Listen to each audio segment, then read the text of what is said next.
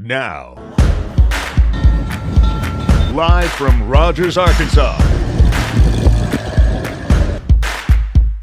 watching the Ozark skies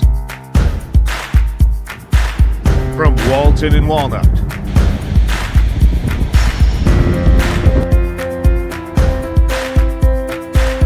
to Vanderbilt and the Fort.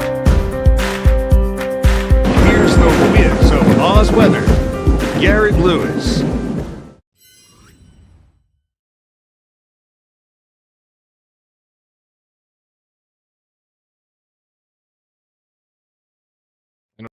It's that. It's like every time I do an update, it's a downgrade.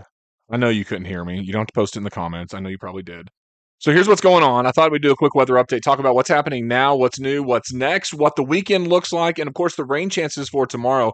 We do have some rain moving in, although it's not going to be as big of a deal as what we saw over the last week or so. It's gotten nasty out there over the last week. What's it look like now? Looking live and looking southbound, it is looking good. That's on I-49 out towards Uptown Rogers. We have some rainy weather and then some awesome weather. It is going to be great this weekend. We're talking highs in the 80s, lows in the 60s. It's kind of weird, actually, because typically when you get into late May and early June, it's not this cool. This is cooler than normal, and you know it's not going to stick around. We do have more warmth that's going to build. I looked at some of the Climate Prediction Center forecast for the next month or so. It looks like near or above normal temperatures. So enjoy this slightly cooler weather that we're getting now before we get into some of that mess coming up a little bit later. Speaking of now, what does it look like? Well, right now it looks like we're somewhere in the 70s, about 70. What are we? 72 in Fayetteville, 71 in Bentonville, 69 in Salem Springs, about 74 in Fort Smith. I'll zoom out. You can see some of the visible satellites showing the clouds. That doesn't do as good of a job. Here's the infrared satellite. That shows a little bit better. What about water vapor? It's not bad. You can kind of make out the little trough here if you look out to the west. See this little dip right in here? I'll show you what that looks like on the upper level wind map and why we have those rain chances that are coming in. As far as it goes right now, it's a weak system. It's not much. This is the satellite and the radar. Now, there are some severe storms that are out there. They're mainly in West Oklahoma. I'll see if I can pull that one up for you. This is the risk area for tonight. It's not Northwest Arkansas. It's not Arkansas at all, really. It's more out around Enid in North Central Oklahoma, where you can stop at the gas stations and get Crispitos. I've been talking about those at work lately, and I think I need one. It's been a while. We'll have to go storm chasing and get some. So let's look at how this thing shakes out here over the next couple of days. We talked about how there's not much at the moment that's going on, but if we look ahead and we look hour by hour at this system, so you got the stuff out there in Kansas, right? So here's the stuff that moves in. This is, what time is this? I'm going to back this way on up. This is overnight. Nothing really happens until after midnight. This is like 1 in the morning. I think we start seeing some of those showers about 6 or 7, and then as we head throughout the day, you get spotty areas of rain through the afternoon and the evening. The main takeaway with this, as you see this stuff move through, is it's not raining nonstop. It's not a big severe weather day, impact day, holy cow day, nothing like that. It's a good old fashioned rain that we've got moving through, and you can kind of make out where that little line is with the weak front that's moving in. So that's the upper level, or not the upper level winds. I'll get to that. This is a look at simulated radar that shows those showers moving in. So they start moving in around sunrise. They're out.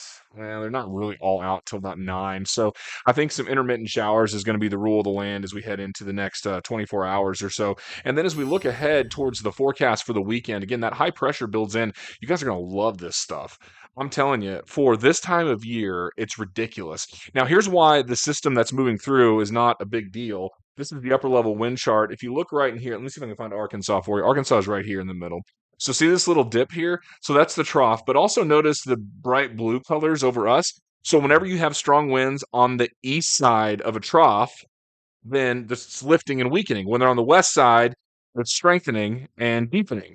So this tells me that the system's actually getting a little bit weaker as it moves in, which is good news for us. Let's see how this thing shakes out here over the next day. You got the little trough that moves through. There it is. That's coming up Thursday morning, moving on out. No big deal. And then we have some upper level winds. Looks like there's a secondary reinforcing shot of cool air that's moving in right there on Thursday night, Friday morning that kicks through. That trough moves out to the east. That looks nasty out west for the northeast coast. See how the winds again on the west side there, and you also have a tilt that goes from northwest to southeast. That's a pretty good severe indicator there out around Virginia. For us, who cares, right? I mean, let's move ahead to Saturday. gosh, this is awesome. See this little upside down U shape right here? So that looks like some kind of a well, it's an omega block might be a whole a stretch for it, but it's essentially a ridge with troughs on each side here, which is technically an omega block. It's just not very symmetrical looking at it here. But the bottom line is when you get blocking pattern like that, you get stuck in a pattern with sunshine for about 3 or 4 days. Guys, that's what's going to happen. It's awesome. And it's going to hit right on the weekend. And here's why I'm stoked about the weekend because last month somebody came up to me, it's product connections, and they're like, will you MC a barbecue fest? Actually, they asked me to judge it first, and then they said, whoa, whoa, whoa, whoa. So these barbecue people, they have like you have to judge texture and spice and I don't know, cayenne pepper, who knows. I'm just gonna eat it and be like, this is good or this sucks. I mean, really, that's all I'm gonna do. So they backed off on the whole judging thing once they found out these pit masters are like legit. So they just want me to eat barbecue for 4 hours and talk. Are you kidding me? So that's in Bentonville. The problem with it is, guys, is it's already sold out. There's 1,200 people going to this thing on Saturday from noon to 4. It's actually going to benefit pediatric brain cancer, which is somewhat close to me. My father passed away of a glioblastoma brain cancer. So I was happy to join on and do this for him. And of course, I was happy to eat barbecue from about 15 different people from across the country that are coming up. Also, my friends over at F&B, First National Bank of NWA, we're going to have water bottles that are out there, passing out bottles of water. So if you get something that's a little too spicy, you can look for the F&B tent. They're going to be out there passing it out. Our F&B crew will be. And I'm just going to be eating, and I'll probably bring some floss sticks. Imagine I'm going to go for the ribs. So it means I need hand towels too. So I have to plan ahead for this, and you might plan ahead as well. But 1,200 people from 4 hours is going to be a lot of folks in Bentonville. Plan ahead for parking because the traffic in Bentonville is terrible. So the weather-wise, the forecast looks great, guys. Plan on rain tomorrow, Thursday, scattered showers, severe weather risk. I can show you it again. Not here. It's out west. So we're not worried about severe weather or anything like that moving into the overnight or tomorrow. And then as we head throughout the day, expect spotty areas of rain, and then we get back to some sunny weather coming up for us for the weekend. We're talking highs near 80. I got to get yard work done. I've been trying for 2 weeks, and my mower won't start. I'm kind of miffed about it because I had to go buy a new one, which I'm not thrilled about. I hate yard work with a passion. Like the only thing worse than yard work for me is cats. Now, if you have cats, I love your cat, but I'm just saying they're in the same category. Cat gory. I try. I'll see you back here next time, guys. It looks like the weather's a lot more tranquil this weekend. I'm happy we got out of that bad weather spell. What is it? Scott posted, Scott Covert on Facebook, like 14, 13 tornadoes total. Wild, isn't it? He's got some great maps. You should follow him on there as well. I'll tag him in this post when I edit it. In the meantime, have a great evening. Just thought I'd jump on here, do a little weather update, and talk about this great weather that's coming. It is going to be rainy tomorrow, but stick around because Saturday and Sunday are marvelous. And if you didn't get lake time in this weekend or yard time or your mower croaked out on you, this weekend is the weekend to do it. It looks pretty doggone awesome out there. Have a good one. See you back next time.